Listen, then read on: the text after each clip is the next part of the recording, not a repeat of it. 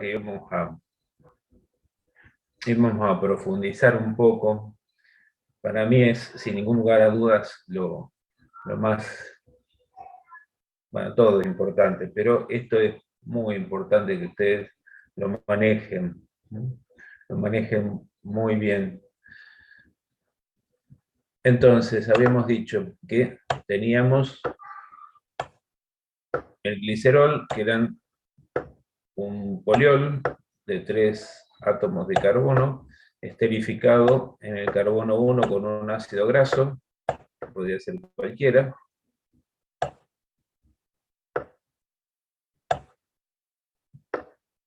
Carbono 2 podía estar un ácido graso o podía estar el ácido araquidónico.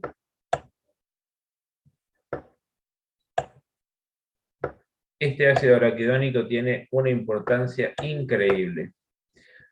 En el tercero, como era un fosfolípido, tenemos fósforo, puede ser un compuesto, el que más está estudiado es el inositol, y después otro fósforo más, y otro fósforo más.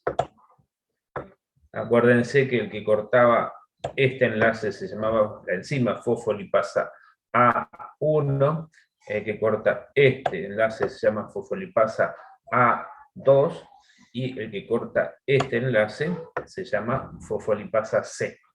Hay varias fosfolipasas, no importa.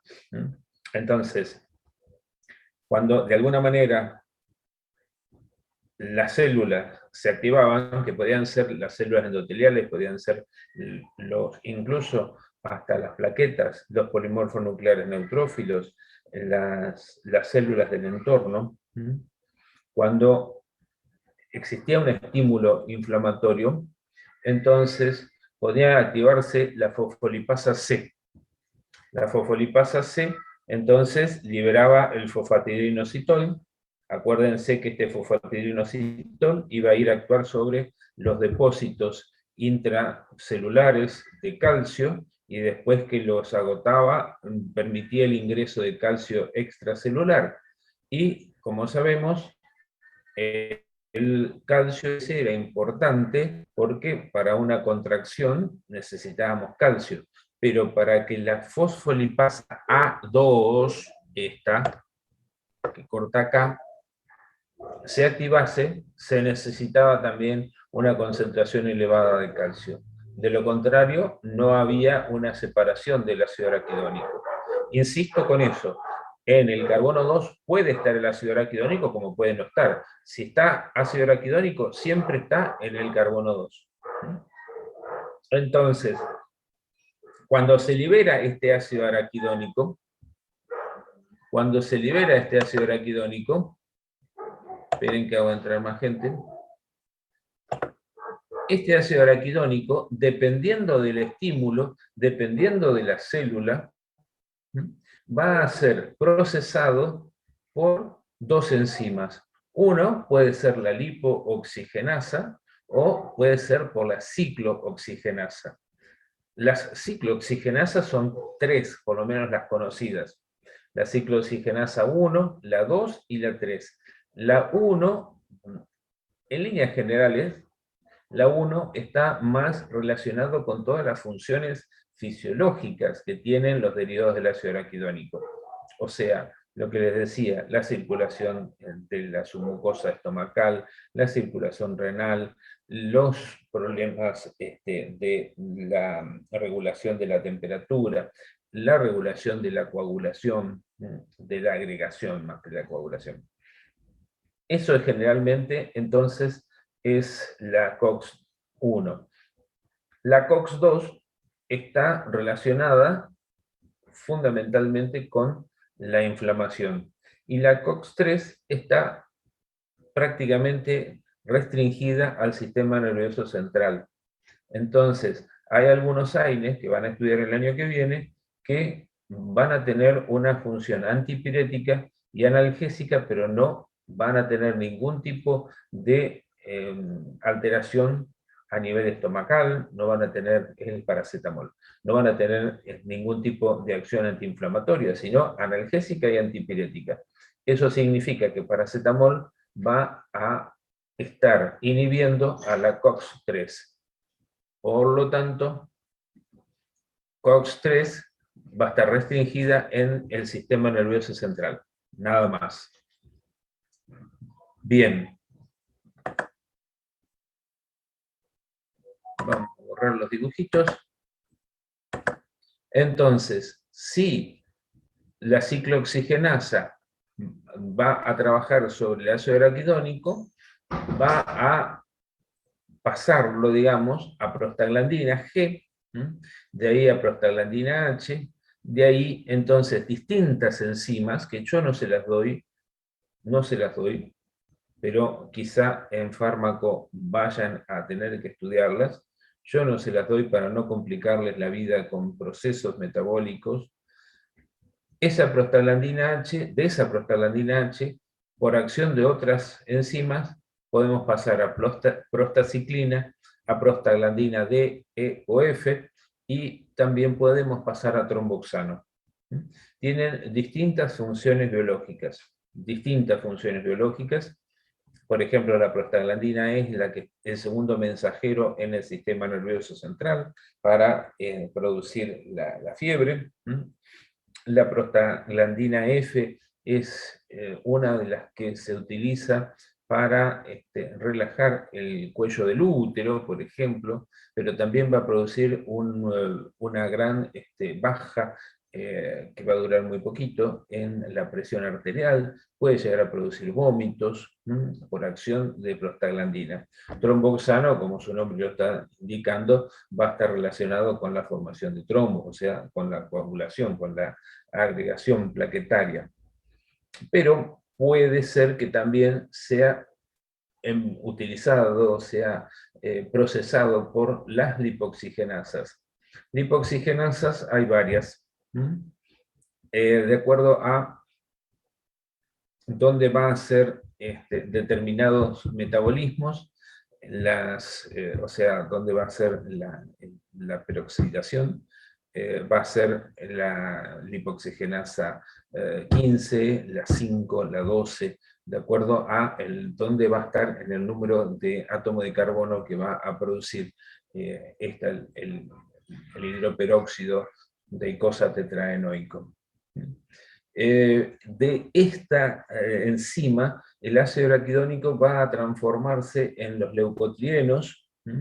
Los leucotrienos son de tremenda importancia en los procesos alérgicos y sobre todo en los procesos asmáticos.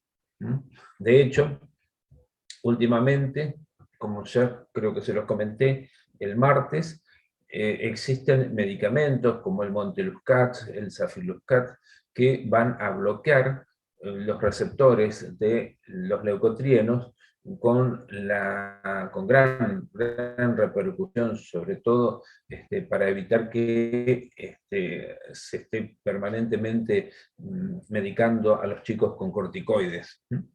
Y también puede llegar a ser, digamos, este ácido araquidónico tratado, metabolizado, hasta llegar a lipoxinas. Es interesantísimo esto porque se necesita de la intervención de dos células para que se pueda llegar a la lipoxina.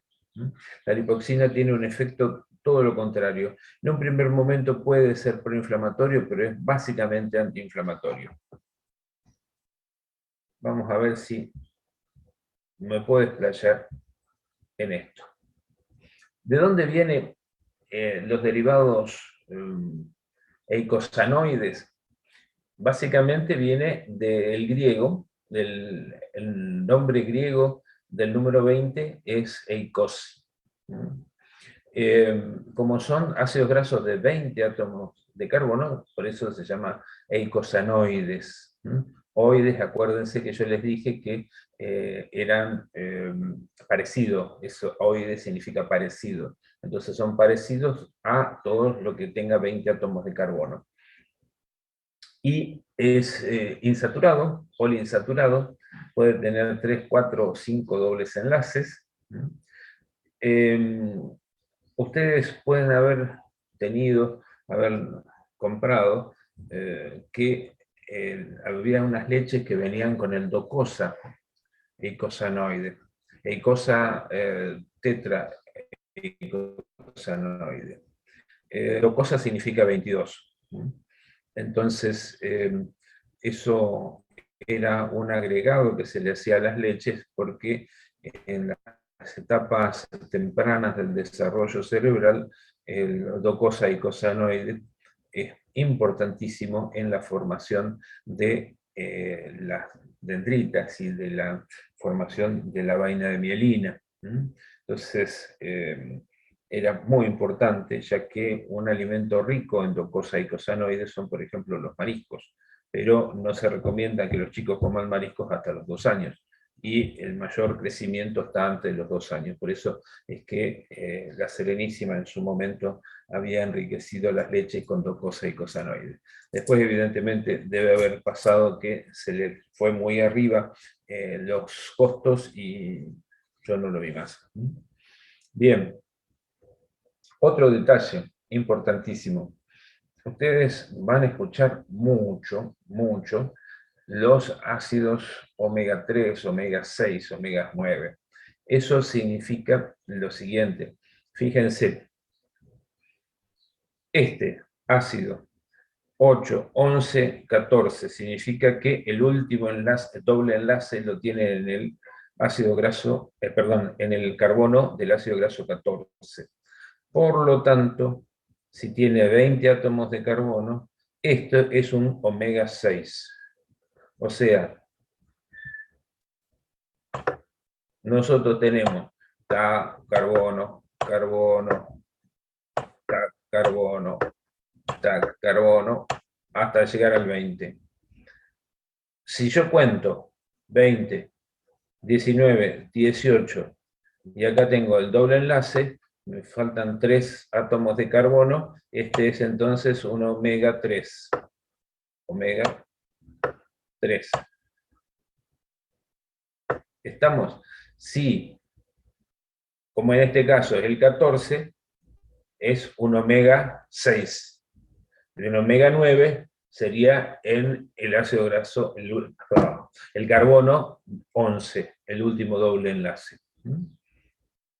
Fíjense, este es un omega 3. ¿Por qué? El último enlace es el 17 y es pentaenoico porque tiene 5 dobles enlaces. Este es un tetraenoico porque tiene 4 dobles enlaces. ¿Se entendió? ¿Se entendió lo de los ácidos grasos omega? Sí, profe. Sí, sí. Bien, porque muchas veces yo me acuerdo hace unos años atrás cuando salió la propaganda, este chico Andino, Guillermo Andino decía sí, porque los ácidos grasos omega tienen la capacidad, si todos los ácidos grasos son omega, porque omega es la última letra del alfabeto griego y lo homologan al último átomo de carbono. Entonces, omega son todos, porque todos tienen un último átomo de carbono. Nada más que omega, el omega 6, digamos, estaría como es el omega 6, el ácido araquidónico, el ácido araquidónico, un omega 6, está más relacionado con los cuadros inflamatorios y alérgicos. Entonces, si nosotros damos un omega 9 o un omega 3, se supone que bloquean el metabolismo del ácido araquidónico y por lo tanto tendrían un efecto, digamos, de disminuir los cuadros alérgicos o sobre todo los cuadros alérgicos y los cuadros inflamatorios, que el cuadro alérgico es en realidad un cuadro inflamatorio. Bien. ¿Se entendió esto? ¿Seguro? Bien. Estoy un poquito acelerado hoy, como verán, así que si cualquier cosa, si no se entiende, me bajan del caballo, porque si no, se complica.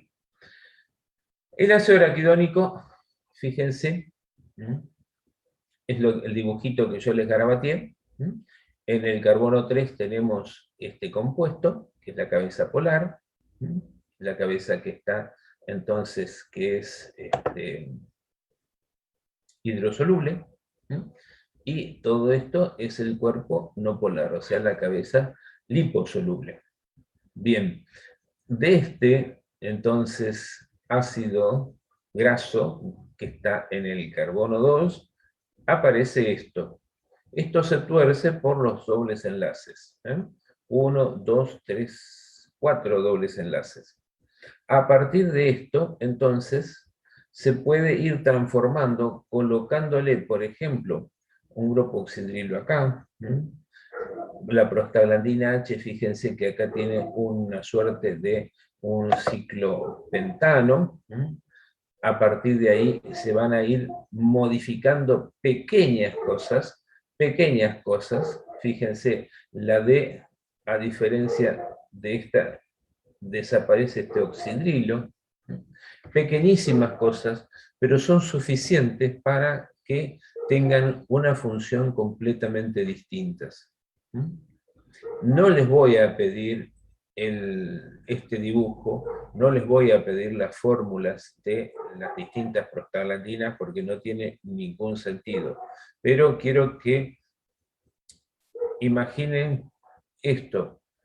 Fíjense cómo cosas pero tan mínimas. Fíjense, la prostaglandina D de la prostaglandina F desaparece esta función, este doble enlace con oxígeno y aparece un enlace simple con un oxidrilo y ya tiene otra función completamente distinta. Fíjense hasta qué punto es exquisito lo molecular. Bien, esto es lo que les decía. COX-1, su expresión es constitutiva, mientras que la 2 es inducible. ¿Por qué? ¿Qué es lo que le induce?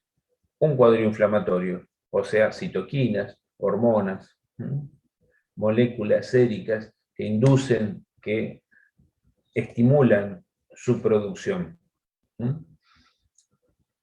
No obstante ello, puede ser constitutiva en cerebro, riñón, vesículas seminales, útero, en menor cantidad pulmones y membranas fetales. La COX-1 está presente en todas las células, salvo los eritrocitos. Como les decía, la COX-1 relacionado con el proceso fisiológico, mientras que el otro es más de tipo inflamatorio. No obstante a ello, tiene una expresión mínima fisiológica en estos órganos.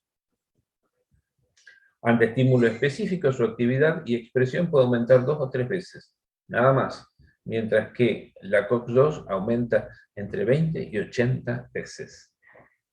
Acá les está diciendo entonces que ante un estímulo se expresa abundantemente. Por esa razón es que es tan importante, pero tan importante, estas drogas que son antiinflamatorias no esteroides. La COX-2, como ya se los dije, solamente en cerebro. Ahora, a partir del ácido araquidónico, también podemos tratarlo, podemos metabolizarlo por las lipoxigenasas, y las lipoxigenasas van a convertirlo en esto, que es un hidroperóxido de icosato tetraenoico, y de ahí pasar a el hidróxido de icosato tetraenoico, ya no es un peróxido, y de ahí pasa a leucotrienos. Características de las prostaglandinas. Tienen una acción muy breve, ya que inmediatamente al ser tan activas, rápidamente tiene que haber en el medio enzimas que la rompan, que la inactiven. Entonces, son también autacoides, se les llama, porque van a tener una acción básicamente local, en las zonas de la producción. ¿Pueden entrar en sangre? Sí, pero no va a ser en altas concentraciones. Y esto estamos hablando de procesos fisiológicos, ¿no? No se encuentran almacenadas porque son derivadas de un ácido graso que al ser tan activo metabólicamente, siempre que entra, lo meten en un carbono 2 de los fosfolípidos de membrana. Recuerden que ácido araquidónico junto con linoleico son ácidos grasos esenciales. No los podemos producir, los tenemos que consumir. Los tenemos que consumir en la dieta. Bueno, y esto es lo que les decía, son autacoides, actúan localmente sobre los tejidos que se producen en las inmediaciones del mismo. Actúan como mediadores fisiológicos y producen respuestas farmacológicas, obviamente. Sigamos. Esto es lo que yo les decía, hay distintas LOX, distintas lipoxigenasas, de acuerdo a dónde va a estar el hidroperóxido. Entonces va a tener una LOX 12, una LOX 5 o una LOX 15.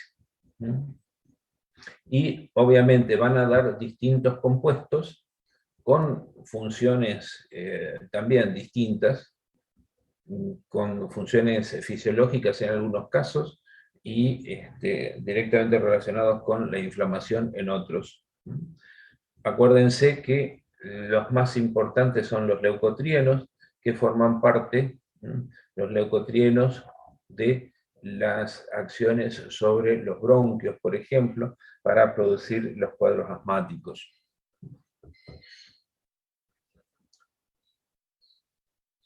Liberada la prostaglandina E, la prostaglandina I. Los leucotrienos favorecen la vasodilatación, o sea, son proinflamatorios, incrementan la permeabilidad vascular y la infiltración de leucocitos y células fagocíticas. Fíjense, el leucotrieno B, que está acá arriba, aparte también es quimiotáctico, no tanto como el C5A, pero es quimiotáctico. No obstante ello, algunas prostaglandinas van a tener efectos antiinflamatorios, como por ejemplo, la lipoxina, que es derivado de las lipoxigenasas, tiene una inhibición de la quimiotaxis, una inhibición de la adhesión de los polimorfos nucleares al endotelio, y en sí una disminución también de los procesos inflamatorios. Como les venía diciendo, derivados de LOX, pero son antiinflamatorios. Y también, se los adelanté, necesitan de 2 células para ser sintetizadas, debido a que generalmente las plaquetas, que son las que finalmente las convierte, no tiene la enzima que lo necesita. Las plaquetas no tienen las 5 LOX, que es el paso intermedio básico para que las plaquetas puedan desarrollar lipoxinas. Entonces, diríamos que eran vasoconstrictores, tromboxano obviamente, los leucotrienos, vasodilatadores, algunas prostaglandinas, sobre todo la E y la D, aumenta la permeabilidad vascular, la D y la E nuevamente, y favorecían la quimiotaxis, fundamental. Acá, es al principio, esto, olvídense, esto se me coló porque las lipoxinas son antiinflamatorias, o sea, disminuyen la quimiotaxis. Acá tendría que poner una flechita que diga que favorecen la quimiotaxis y la adhesión los leucotrienos B y el hidroperóxido de eicosapentaenoico, y disminuyen la lipoxina. Se me pasó. El PAF, que yo les contaba que el PAF había sido un compuesto que en un principio tuvo, digamos, generó una gran expectativa,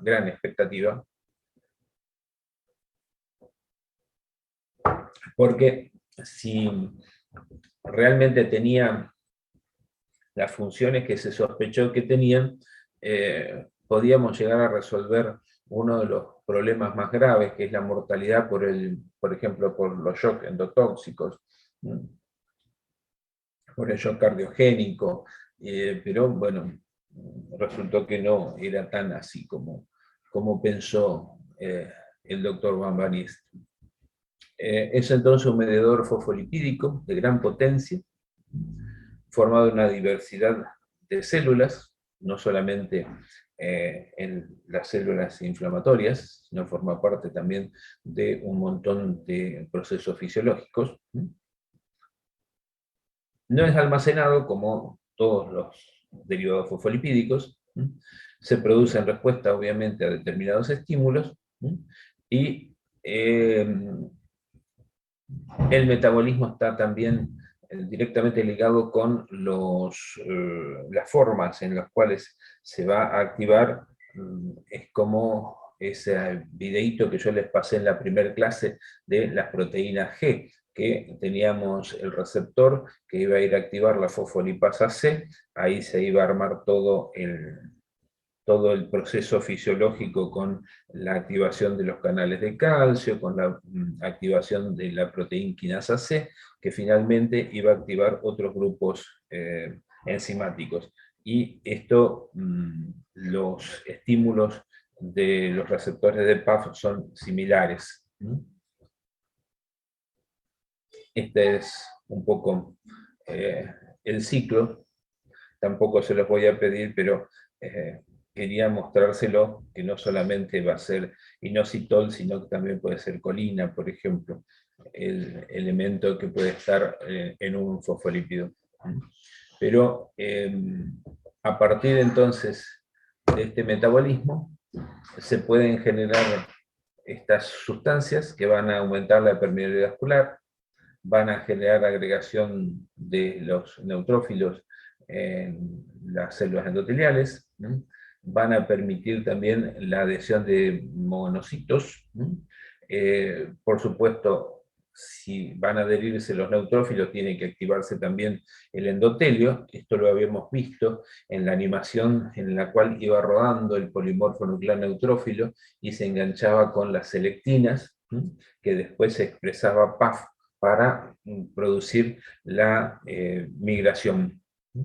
En las plaquetas, que fue lo primero que se encontró, recuerden que las plaquetas tienen una importantísima función en la inflamación, ya que la plaqueta está directamente relacionada con la coagulación, la formación del coágulo, y obviamente está todo relacionado en el mismo momento. Y el PAF puede llegar a ser un estimulador de otros mediadores. Como para ir terminando, óxido nitroso, gas incoloro, poco soluble en agua. Les recuerdo, el óxido nitroso era el mediador, digamos, de la activación del receptor H2. Finalmente, este va a ser el óxido nítrico el que dilate por ejemplo, los capilares. Tiene muchísima importancia, incluso ustedes saben que un explosivo muy importante es la nitroglicerina, ¿no? La nitroglicerina producía determinados vapores que la gente, cuando la empezó a elaborar, se desmayaban en muchos casos, y esto se debía a la vasodilatación que producía. Entonces se elaboraron compuestos derivados de la nitroglicerina para los casos de angor pectoris, o sea, del dolor del pecho por disminución de la irrigación del músculo cardíaco. Entonces, justamente los derivados de la nitroglicerina sublingual, que se absorbe rápidamente, permite entonces relajar la vasculatura del miocardio y favorecer entonces la irrigación. Esto solamente es posible con la angina de pecho estable, no la inestable o de Prismetal. Bien.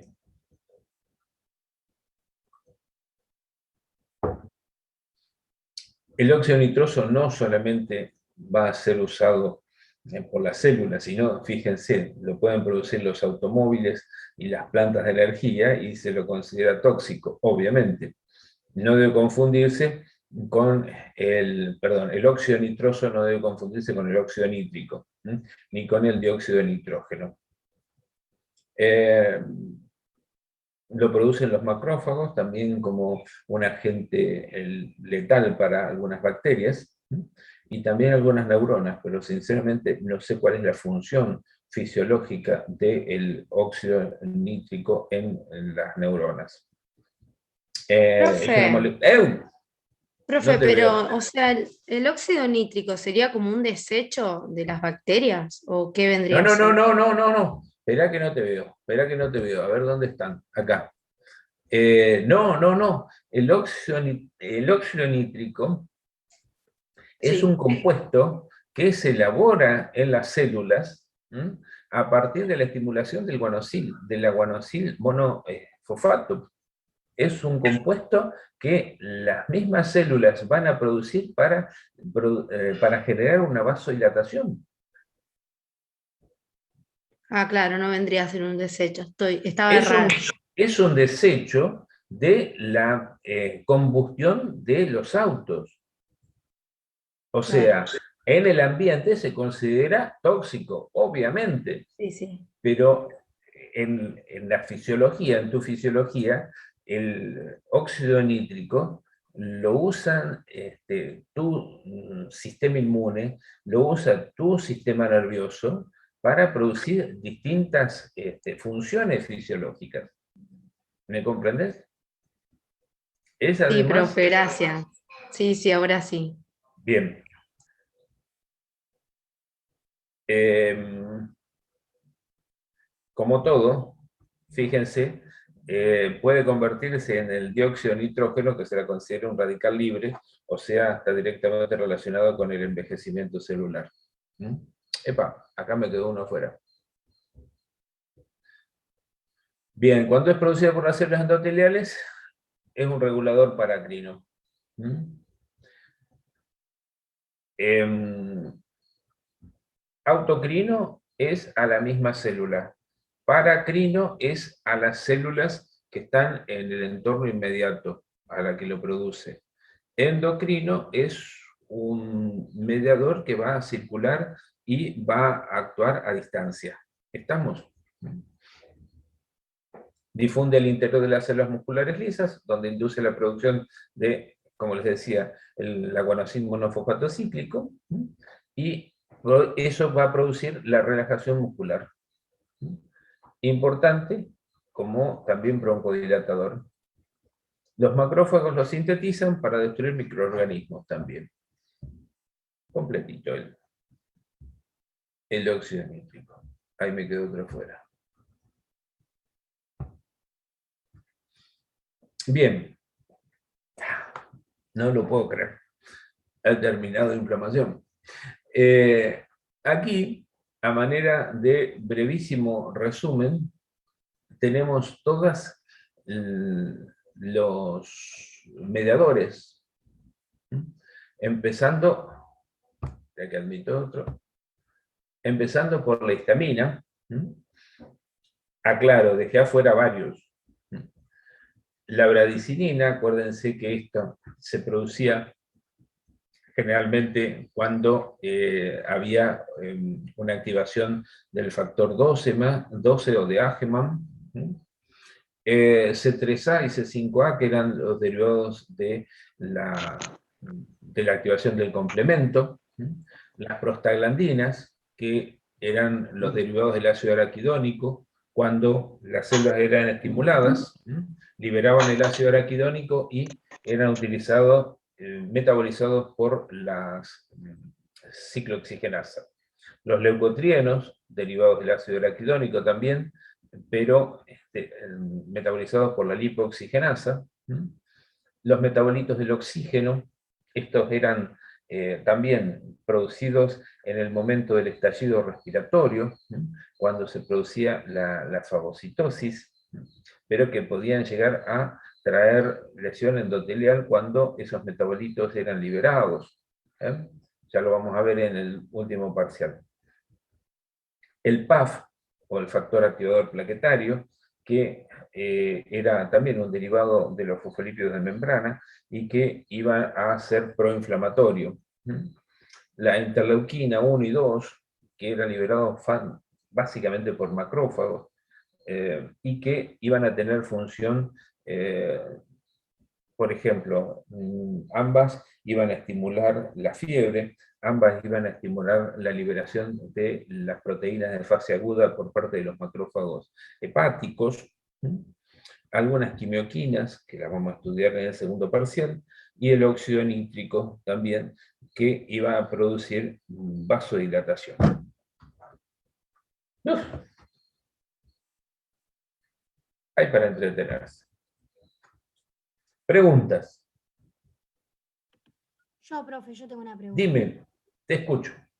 En la parte de los COX, COX-1 y COX-2, Sí. ¿el COX-3 también está solamente en el cerebro?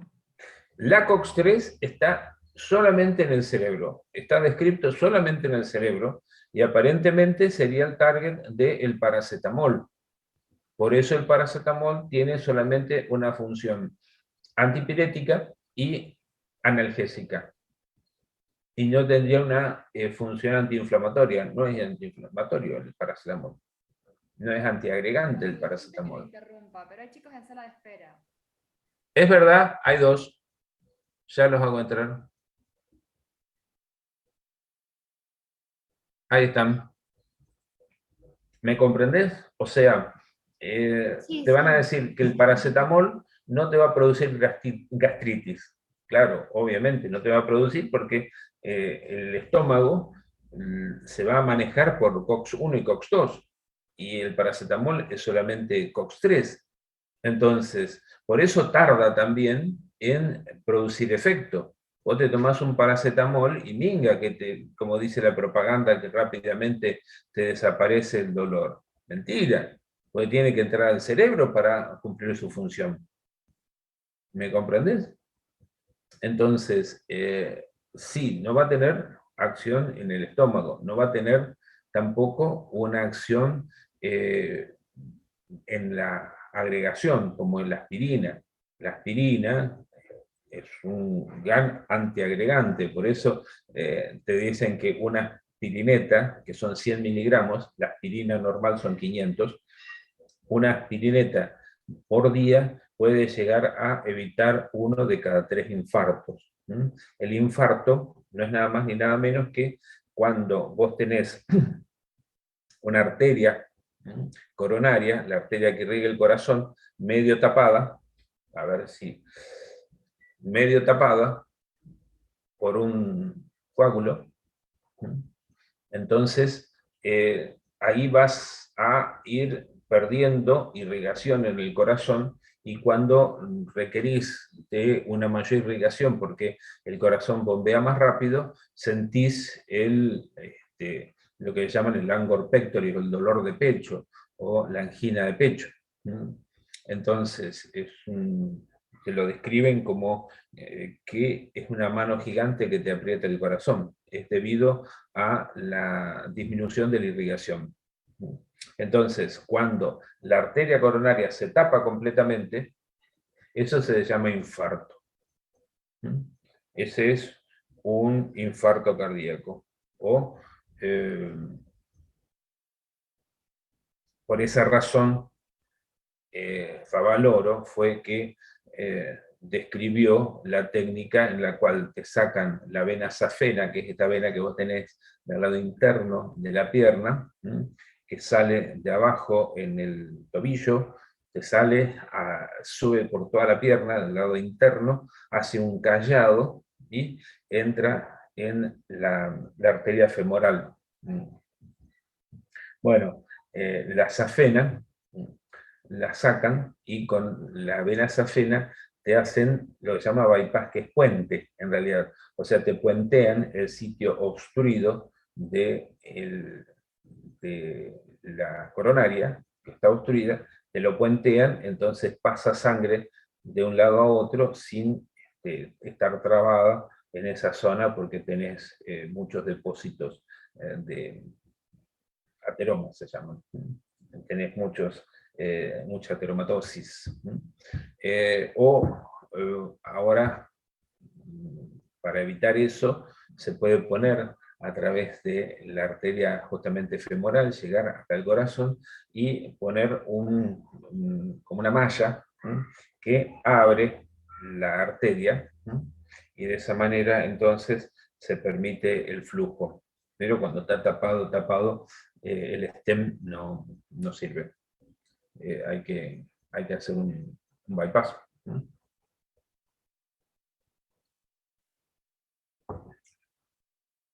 No sé por qué me fui a cardiología. Pero bueno. ¿Te respondí la pregunta?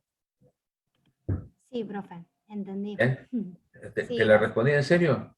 ¿Lo entendiste? sí, sí, sí, entendí lo del paracetamol, que digamos que no impacta en Bien. el estómago, sino y tampoco va a tener acción inmediata, sino que tiene que llegar al cerebro. Claro, tal cual. Tal cual, y por eso es COX-3. Por eso es COX-3. ¿No? No es lento. Si vos tomás un paracetamol es lento. Es lento. ¿Sí? Las cápsulas blandas, todo el cebolazo. Es lento porque tiene que entrar al cerebro. Aparte, COX-3 tiene que haber algo, no lo he visto, lo sospecho, o paracetamol tiene que tener, eso se lo van a decir en farmacología, porque puede llegar a haber problemas renales por un exceso de paracetamol, pero se lo van a decir en farmacología. Bueno, ¿otra pregunta? ¿Otra pregunta? Bueno, vamos a la deuda que tengo con ustedes.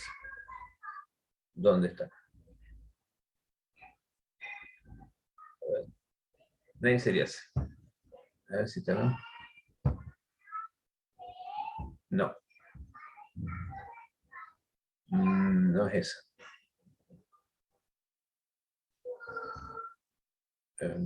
Inflamación. Inflamación. Sí, acá estamos. Bien. Neiseriase. Fíjense, acá le dan bien la imagen de un grano de café, o arriñonado, como si fuesen dos riñoncitos enfrentados. Estos son las neiserias. La familia Neiseriaceae ha tenido varios cambios desde que don Agustín Pumarola publicó su libro. Ha habido varios cambios. Por ejemplo, la Amela catarralis en su momento ahora es una moraxela. Pero no vamos a tratar esos temas, ni vamos a tratar por ahora a Almela o a Moraxela, sino que lo vamos a tratar más adelante. Vamos a restringirnos a Neisseria, y vamos a restringirnos también a dos Neisserias, la Neisseria gonorrea y la Neisseria meningitidis. Generalmente son, tanto una como otra, cocos gram negativos, aerobios, agrupados en diplos. Obviamente, si son aerobios, ¿qué son? Oxidasa positivo. También son catalasa positivo. Oxidasa significa que utilizan el oxígeno en su metabolismo. Catalasa es que tienen esa enzima que desdobla el agua oxigenada. Metabolizan azúcares por oxidación, o sea, son parecidos a nosotros. Usan al oxígeno como último aceptor de los protones. Las patógenas requieren muchos nutrientes, no crecen en cualquier medio. Se utiliza el agar chocolate. Les recuerdo del práctico, agar chocolate es el agar sangre que se cocina. Entonces, al cocinarse la sangre, queda marrón, y por eso se llama chocolate. Cuando el agar chocolate se le agrega vancomicina, colistina, nistatina y trimetoprima, se llama o se conoce como agar Taller-Martin. Es el medio selectivo debido a que inhibe los otros gérmenes que pueden estar acompañando a una Neisseria. Entonces, inhibe el desarrollo de otros microorganismos y por lo tanto es selectivo de Neisseria. Si hacemos un extendido, o sea, Neisseria gonorrea va a producir la gonococcea o la gonorrea en el humano, y son patógenos humanos exclusivamente. Va a ser muy marcada, pero muy marcada, la presencia de abundante polimorfo nuclear neutrófilo, acá aprovecho, polimorfo nuclear neutrófilos, y van a aparecer estos granitos de café, estos diplos. Esto es un macrófago, y estos son procesos inflamatorios. Fíjense cómo está destruida, hay pus en uretra, y por lo tanto los diagnósticos van a ser por extendido directo. Es imposible. El gonococo es muy parecido al meningococo, son casi idénticos.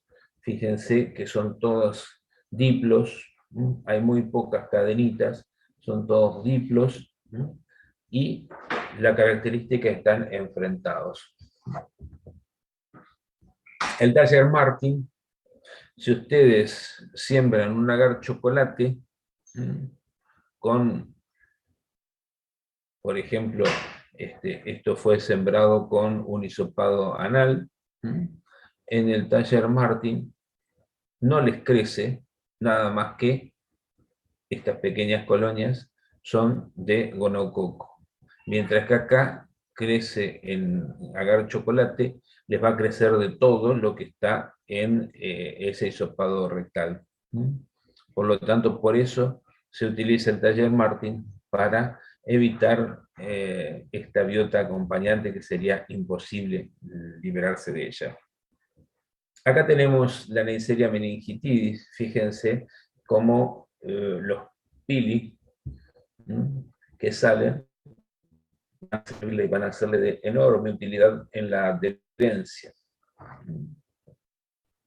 Como siempre, son diplos negativos, oxidasa positivo, catalasa positivo, metaboliza el azúcar y la maltosa por oxidación. Son muy sensibles a los agentes externos, difícil de cultivar o de recultivar cuando están fuera del organismo, ¿no? Son parásitos estrictos de la mucosa aérea, no van a estar en otro lugar que no sea en un humano, y pueden producir diversos procesos, y es causante de la muy temida meningitis cerebroespinal epidémica. Su estructura capsular tiene varios serogrupos, 12 según la última revisión de la Organización Mundial de la Salud, de los cuales 6 son los que más habitualmente se encuentran en los procesos epidémicos. Hay toda una zona de gran prevalencia. Prevalencia significa gran cantidad de casos por año. Hay una zona, sobre todo del África, que se llama subsahariana, o sea, por debajo del Sahara, la parte sur, que hay unas tremendas epidemias de meningococo, justamente de meningitis meningocóxica. Generalmente este antígeno se utiliza para desarrollar vacunas, y acá, bueno, ustedes son chicos, no se habrán enterado, no sé si habían nacido, que hubo una gran controversia porque se decía de una vacuna que tenía el antígeno B, ¿no? Porque la mayoría de las vacunas no lo poseen debido a que estos polisacáridos del antígeno B se mimetizan con los antígenos del tejido nervioso y podemos hacer una reacción autoinmune. Vamos, un severo problema. Además, si no, no eran antigénicos, fue toda una controversia. Después también tenemos los antígenos obviamente de pared, los lipopolisacáridos y los pili, los antígenos de pili. Cuadros que produce. Y aquí vamos a hablar bastante. Rinofaringitis. Resfrío. Cuando ustedes están congestionados, tienen moco, tienen la garganta reseca, les arde un poco la garganta. Generalmente no se va a diagnosticar una rinofaringitis por meningococcus, porque le van a abrir la boca, le van a mirar la garganta, no tienen placas, listo, chao. No va a haber un tratamiento, o si hacen, le van a dar un antibiótico general. No es tan preocupante la rinofaringitis, y debería de serlo porque a partir de la rinofaringitis puede producirse una sepsis meningocócica o una meningitis purulenta. Vamos a desarrollar esos dos puntos. También a partir de la faringe puede producir otitis media.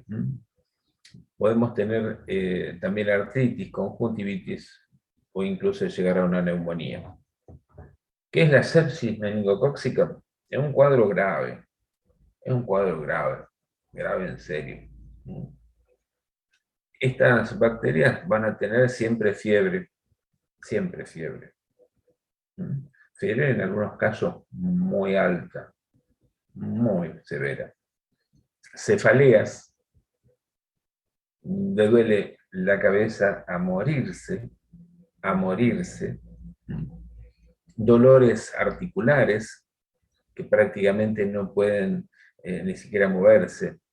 Y aparece toda una erupción, manchitas rojas en la piel y como liñitas, ¿sí? Púrpuras se llaman. A partir de ahí puede producirse un choque endotóxico debido a la liberación masiva de lipopolisacáridos que inducen entonces al sistema inmune a liberar estos compuestos que vamos a estudiar en el segundo parcial, que llevan entonces al choque, al shock. Y de ahí puede progresar a un cuadro gravísimo de coagulación intravascular diseminada. Imagínense que la coagulación están produciéndose coágulos en el interior de la circulación y están consumiendo los factores de la coagulación. Por lo tanto, si se está consumiendo los factores de la coagulación, pueden tener hemorragias difíciles de parar. Es un cuadro muy severo, muy severo. Sin ir más lejos, la meningitis purulenta es una de las infecciones más temidas que uno puede llegar a tener. Bueno, hay momentos en los cuales aparece una explosión que es alrededor del otoño o primavera.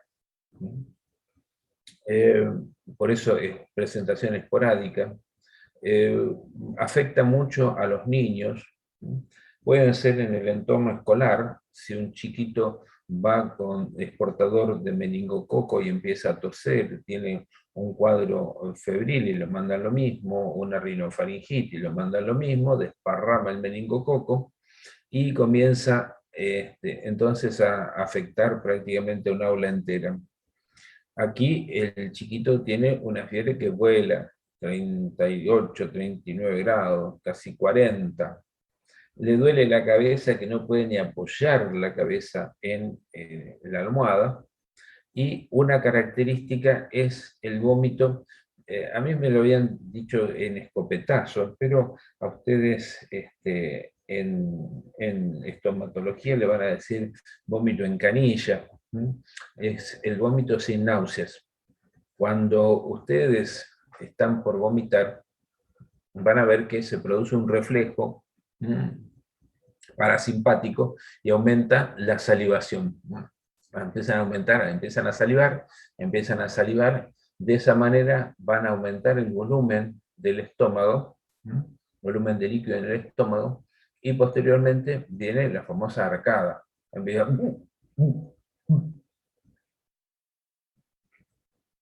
En ese momento entonces se produce la contracción del diafragma, la contracción de los músculos abdominales, se hace con la glotis cerrada y ahí se produce el vómito. Eso es el vómito común.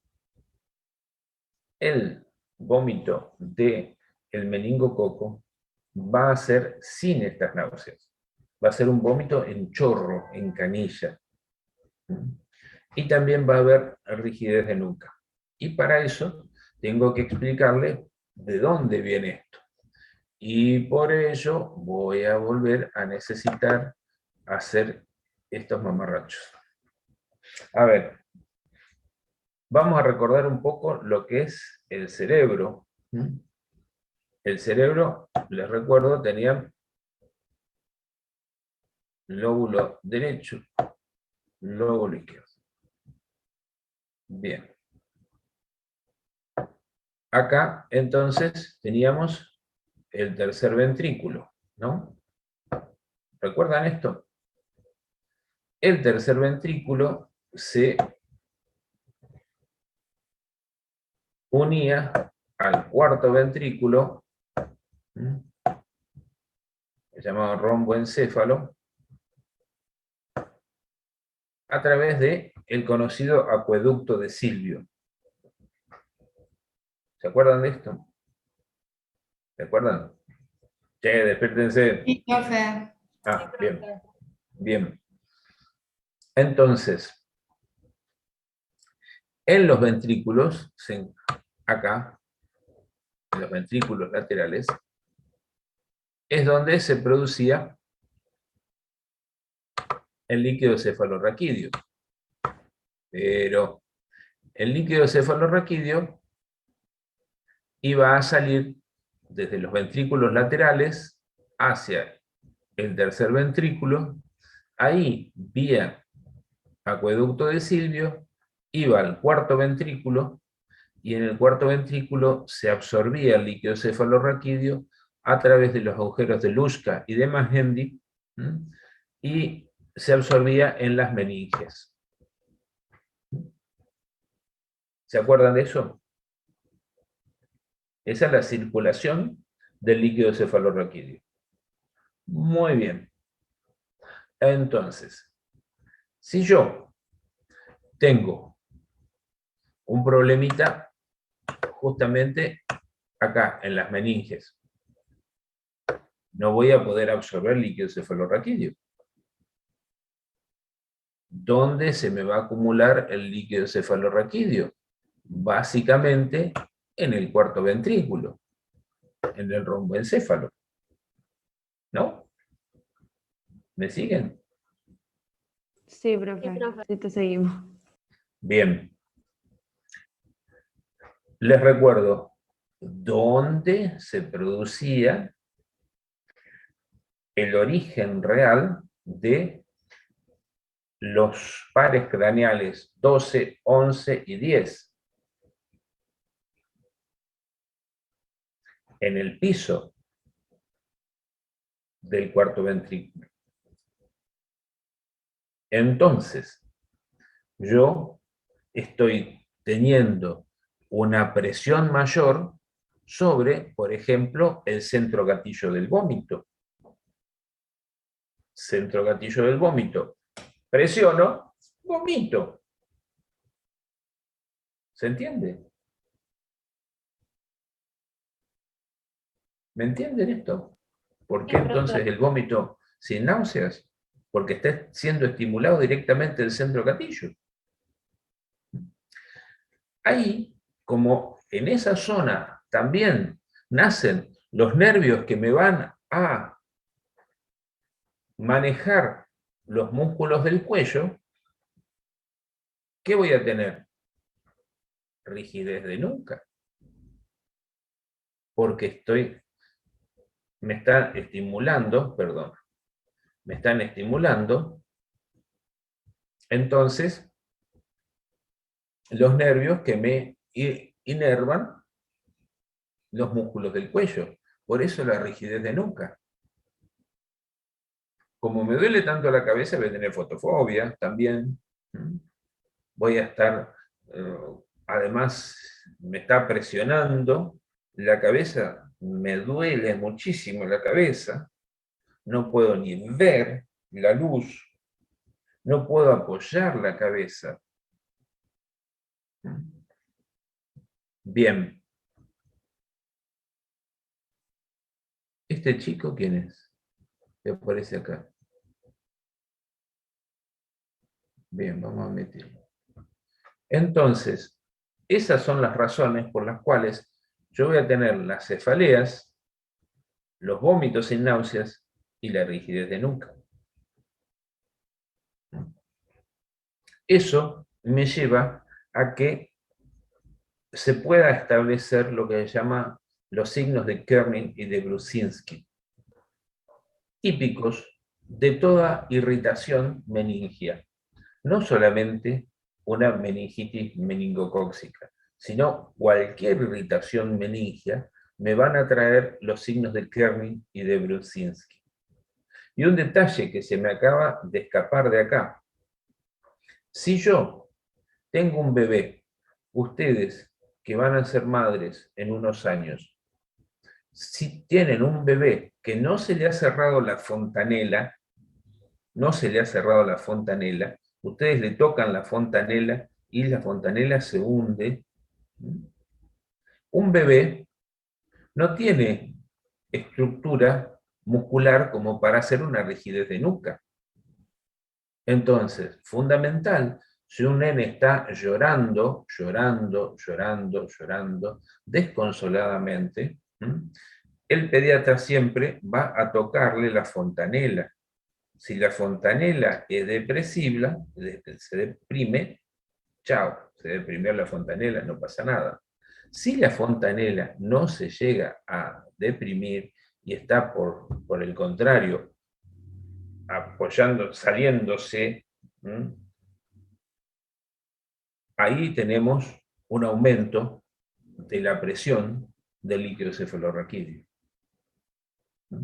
Y es grave porque este aumento de la presión del líquido cefalorraquídeo puede traer gravísimas consecuencias en el desarrollo del cerebro.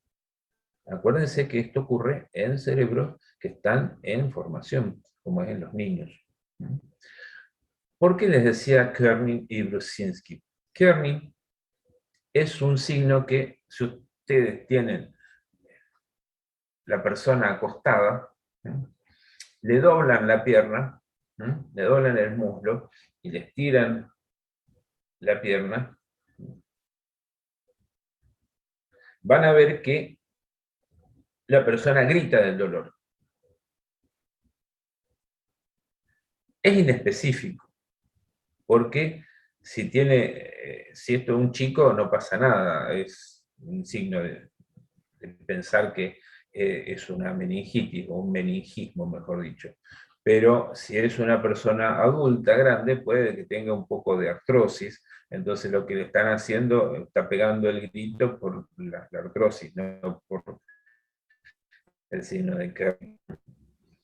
Pero mucho más interesante es Brusinski, porque cuando ustedes tienen la persona que le duele muchísimo la cabeza, que está con vómitos y le levantan la cabeza acostado, le intentan levantar la cabeza, lo agarran de la nuca y le intentan doblar la cabeza, si la persona tiene meningismo, o sea, una irritación de las meninges, que puede llegar a ser una meningitis por meningococo o por cualquiera de las otras bacterias, la persona dobla las rodillas.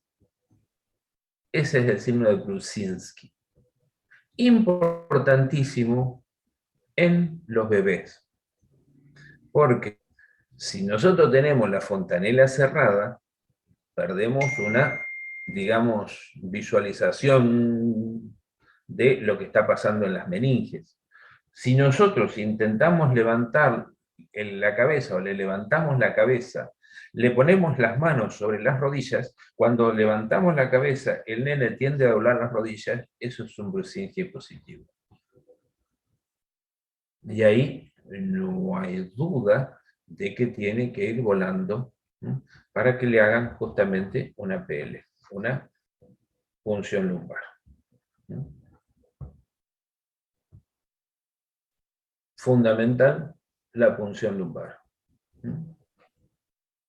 La punción lumbar, entonces, se pincha, se ve el líquido, si es transparente como el agua, si es purulento, si es así como se llama cristal de roca. Si es purulento, no hay duda, es una meningitis, que puede ser meningocócica o de alguna de las otras bacterias, pero una meningitis. Ahí se hace inmediatamente un examen directo y se puede sembrar en Taller-Martin. Pero si al examen directo aparecen diplococos gram negativos, no hay duda, hay que tratar a la persona porque tiene una meningitis. Ahí se hace la punción lumbar y se extrae el líquido. Esto es fundamental, es elemental hacer una punción lumbar ante un cuadro, entonces, con un Kernig o un Brudzinski positivo. O alguno de los signos, como por ejemplo los vómitos en canilla o vómitos en escopetazo, sin náuseas y gran dolor de cabeza. ¿Se entendió lo que es el meningismo? Sí, Me profe, importa quedó mucho que claro. ustedes Sí, tengan profe. eso. Me importa mucho que ustedes tengan esa formación. Me importa muchísimo que ustedes tengan esa formación. Porque hoy día, lamentablemente, los colegas que están formando no saben cómo revisar a una persona. Y si ustedes agarran a un estudiante de medicina de 5º año y le preguntan qué es un signo de Kernig o de Brudzinski, lo más probable es que le digan lo que es, porque no saben cómo revisar a un paciente. Entonces, el día que les toque a ustedes ser padres o madres, ¿no?, sería bueno que estén atentos, porque les puede llegar a caer cada uno. Sigamos que tengo poquito tiempo. Bien. Neisseria gonorrea. Acuérdense, el EAE suena como gonorrea. Similar, igual. Coco, gram negativo, agrupado en diplo, oxidasa positivo, catalasa positivo, desdobla los azúcares por vía oxidativa, por eso son oxidasa positivo. Difíciles de cultivar en medios simples, es necesario colocarlos en medios complejos, como por ejemplo el agar chocolate o el Taller-Martin, que es el medio de cultivo ideal para tanto gono como meningo. Y va a tener una estructura antigénica similar, con pili, cápsula, pared, verso. Acá. Esto es una enfermedad de transmisión sexual. Básica. Enfermedad de transmisión sexual. Que puede afectar a un bebé recién nacido. Es una enfermedad que va a ser muy estereotipada, pero muy estereotipada en el hombre. No así en la mujer. Entonces, yo de este periodo de incubación de 2 a 6 días, me acuerdo siempre de una de las docentes de la cátedra que justamente trabajaba en bacteriología en el ECA, y que ella se reía, pues decía, 2 a 3 días, 48, 72 horas, salen de caravana y me aparecen en el laboratorio lunes, martes, a lo sumo miércoles. Siempre decía lo mismo. ¿Por qué? Porque en el hombre va a producir una irritación tan grande en uretra, tan grande, con una salida de pus por la uretra, que prácticamente le impide la micción, porque la micción es terriblemente dolorosa, terriblemente dolorosa. Llegan a tener falta de emisión, llegan con la vejiga repleta del dolor que les produce orinar. Si no hay una buena curación, esta bacteria, es raro esto, porque no se la bancan, no se la bancan, pero puede seguir avanzando. Acuérdense que tiene pilis, eso se fija a la mucosa, van avanzando y pueden afectar epidídimo, próstata, hacer una prostatitis crónica por gonococo, sobre todo cuando no hay una buena antibiótico-terapia, y hasta pueden llegar a producir la invasión en testículo. Es una bacteria embromada. Pero el mayor problema es que la mujer generalmente es oligosintomática. No puedo decir asintomática porque no es así, pero es oligosintomática. Puede llegar a tener un flujo, puede llegar a tener un poquito de ardor miccional, pero puede pasar desapercibido. Y esto es trágico. Esto es trágico porque a partir entonces de vulvovagina pasa por cervix, pasa a útero, de ahí a las trompas, produce la salpingitis, y de ahí puede llegar a producir una enfermedad pelviperitoneal aguda, la EPIA. Incluso puede llegar a producir una peritonitis seria. Pero en el caso de no ser tan grave ni tan estereotipada, es una de las causas de infertilidad, porque esa salpingitis lo que lleva es a que se peguen, y a partir de ahí esas trompas no vuelven a ser funcionales, quedan pegadas, por lo tanto no pueden absorber al óvulo, y al no absorber al óvulo, no pasa el óvulo, por más que haya ovulación, no llega entonces a producirse la concepción. Pero no queda ahí, porque a partir de tanto el hombre como la mujer se puede ir a unas formas crónicas, embromadas, pueden llegar a traer trastornos, yo puse artritis, tenosinovitis, endocarditis por gonococo, no es común, pero está descrito. Las artritis incluso pueden ser de grandes articulaciones, como las rodillas, los hombros, ¿no? Los codos. Pueden traer severos trastornos, ¿no? Y incluso también puede traer una dermatitis junto con una artritis o una tenosinovitis en forma de como si fuese una erupción, un rash, le llaman. Ahora,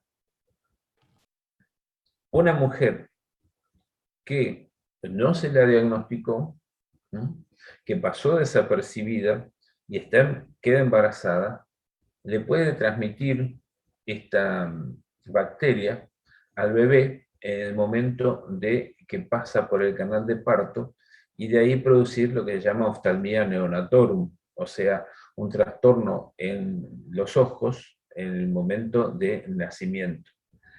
Y por esa razón, en la Argentina, allá por la década del 50 o del 40, salió una ley que obligaba a todos los sanatorios a colocarle unas gotas de nitrato de plata al nenito apenas nacía. O sea, cualquier bebé que naciera, inmediatamente se le colocaban unas gotas de nitrato de plata. Después, no sé si se modificó la ley, creería que no, pero los sanatorios le colocan unas gotas o una pomada con antibiótico para eliminar la posibilidad de una oftalmia neonatorum. Bueno, a partir entonces de que esto es una enfermedad de transmisión sexual, la podemos llegar a encontrar en ano, la podemos llegar a encontrar en faringe, y a partir de estos puntos, que no van a ser tan estereotipados, no van a dar una clínica tan importante, puede llegar a producirse unas formas crónicas. O sea, es una enfermedad jodida. Pero, ¿qué ocurre? Generalmente, los cuadros de gonococcia no se dan solos, sino que se dan con otras bacterias que van a producir también las uretritis llamadas no gonocóccicas. O sea, hace ya unos cuantos años se hace un tratamiento completo para evitar que las infecciones mixtas con micoplasmas puedan llegar a mantener el cuadro de infección uretral. Por lo tanto, se hace una penicilina para gonococo y se sigue con una tetraciclina, o sea, una doxicilina o una aminocilina para micoplasma. Son antibióticos distintos, lo van a ver el año que viene. Diagnóstico. Es muy raro hacer un cultivo. Generalmente lo que se hace es un extendido y en el extendido aparecen los granos de café famosos, los diplos, en los cuales son muy patognomónicos. No, es muy raro sembrar gonococo. No se hace. Sí, bueno, lo que yo les decía del líquido cefalorraquídeo, me olvidé decirles que cuando llega al laboratorio se centrifuga el líquido cefalorraquídeo y de ahí, de abajo del culote, se saca, se siembra y se hace un extendido directo. En el caso de que el extendido directo sea positivo, entonces se informa inmediatamente del laboratorio al médico tratante. Y en el caso de un gonococo, también es un diagnóstico muy rápido. Muy rápido y muy fácil de hacer y que el tema es cuando no sale, es una uretritis no gonocóxica, ahí puede llegar a ser un poco más difícil, pero generalmente damos un antibiótico, una penicilina y después seguimos por 15 a 21 días con los derivados de la tetraciclina. Bien. Por último, y a falta de 5 minutos para terminar, ojo, que estoy terminando a tiempo, este es un extendido en el cual se ven claramente los granitos de café. Entonces, si ustedes, por empezar, sacan de uretra, le hacen un hisopado extendido y encuentran esto, ¿para qué van a sembrar si ya saben qué es lo que le va a crecer? Le va a crecer esto en abundancia. Entonces, ¿van a tardar 2 días en hacer el diagnóstico? No, ahí nomás se le dice, flaco, te enfermaste, hacete el tratamiento. O se le avisa al médico que remitió al paciente y se soluciona la cosa muy fácil. Esta se soluciona muy fácil. Esta se soluciona muy fácil. Muy Profe, bien. Digo, sí. en la diapositiva anterior, viste que decía, puede sembrarse en agar sangre o ¿qué otra cosa decía? Tasher Martin. Ah, Tasher listo, Martin, gracias. el que yo les puse en una de las primeras diapos. Sí, sí, sí, sí. Por acá está. Acá está el Tasher Martin. El Tasher Martin es un agar chocolate en el cual se le agregó vancomicina, colistina, nistatina y trimetoprima para inhibir la biota acompañante. Esto más que nada cuando haces un extendido de un hisopado anal o un hisopado vaginal para evitar la biota acompañante, porque si no haces un taller Martin, te crece esto, y vos decime qué podés diagnosticar en esto. En cambio, si tenés un taller Martin, te va a crecer esto, que cuando hagas el extendido te van a salir todos poquitos gram negativos, y ahí entonces definís fácilmente. ¿Estamos?